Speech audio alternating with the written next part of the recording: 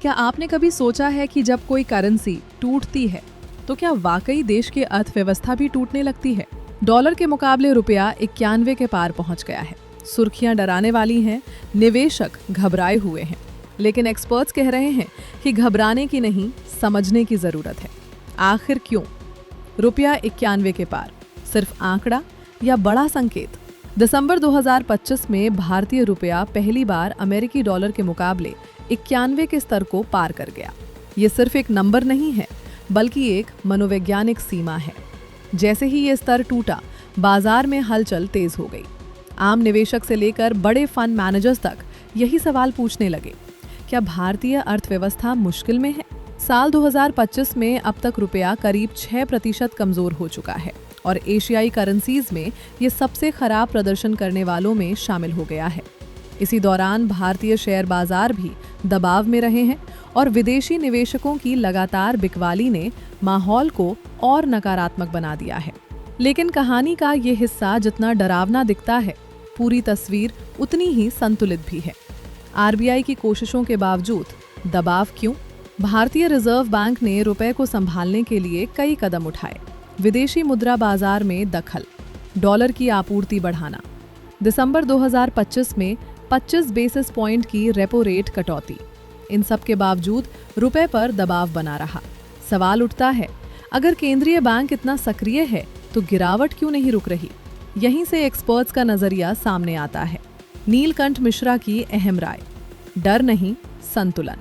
Axis bank के chief economist और प्रधानमंत्री की आर्थिक सलाहकार परिषद के अंशकालिक सदस्य नीलकंठ मिश्रा मानते हैं कि आने वाले समय में रुपए में और कमजोरी देखने को मिल सकती है।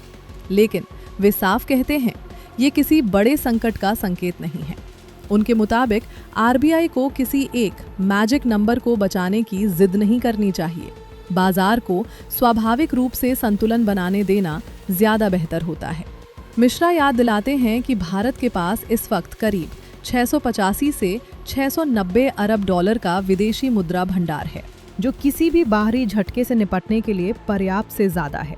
यानी भारत आज 2013 या 2008 जैसी स्थिति में बिल्कुल नहीं है। पुरानी रणनीति, आज की परेशानी, पहले डॉलर के मुकाबले रुपए को 83 के आसपास रोकने की कोशिश और फॉरवर्ड मार्केट में जरूरत से ज्यादा हस्तक्षेप आज जाकर उल्टा असर दिखा रहा है। जब किसी करेंसी को लंबे समय तक कृत्रिम सहारे पर रखा जाता है, तो बाद में जब वो अपने वास्तविक स्तर की ओर बढ़ती है तो गिरावट ज्यादा तेज और डरावनी लगती है। हालांकि वो स्वाभाविक होती है। क्यों कमजोर हो रहा है रुपया? रुपए की कमजोरी के पीछे सिर्फ भारत की वजहें नहीं है, बल्कि वैश्विक फैक्टर कहीं ज्यादा असर डाल रहे हैं। एक, मजबूत डॉलर। अमेरिका में ऊंची ब्याज दरों और मजबूत अर्थव्यवस्था ने डॉलर को बेहद ताकतवर बना दिया है। 2, ग्लोबल अनिश्चितता। भू राजनीतिक तनाव और वैश्विक मंदी की आशंकाओं के चलते निवेशक सुरक्षित विकल्पों की ओर भाग रहे हैं। 3, एफआईआई की बिकवाली। विदेशी संस्थागत निवेशकों ने भारतीय बाजार से पैसा निकाला है, जिससे रुपए पर दबाव बढ़ा। 4, सट्टा गतिविधियां। करेंसी मार्केट में बढ़ती सट्टेबाजी ने उतार चढ़ाव को और तेज कर दिया है। आगे कितना गिरेगा रुपया? नीलकंठ मिश्रा का अनुमान है कि जून 2027 तक रुपया 92 से 54 रुपए प्रति डॉलर के दायरे में जा सकता है। सुनने में ये डरावना लग सकता है, लेकिन एक्सपर्ट्स इसे भारत की आर्थिक कमजोरी से जोड़कर नहीं देखते।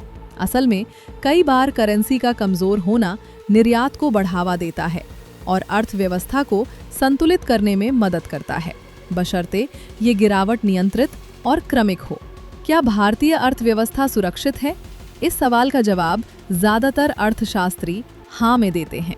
अमेज़न, माइक्रोसॉफ्ट जैसी वैश्विक कंपनियों की भारत में निवेश प्रतिबद्धताएं, प्रबंधनीय चालू खाता घाटा, मजबूत घरेलू मांग, डिजिटल और मैन्युफैक्चरिंग सेक्टर में लगातार विस्तार, ये सभी संकेत देते हैं कि भारत की आर्थिक बुनियाद मजबूत बनी हुई है।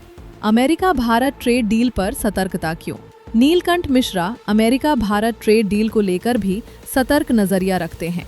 उनका मानना है कि भारत को जल्दबाजी में किसी तरह की रियायतें नहीं देनी चाहिए, खासकर तब जब अमेरिकी सुप्रीम कोर्ट में टैरिफ से जुड़े अहम मामलों पर फैसला आना बाकी है। यानी करेंसी दबाव के नाम पर जल्दबाजी में फैसले लेना भविष्य में नुकसानदायक हो सकता है।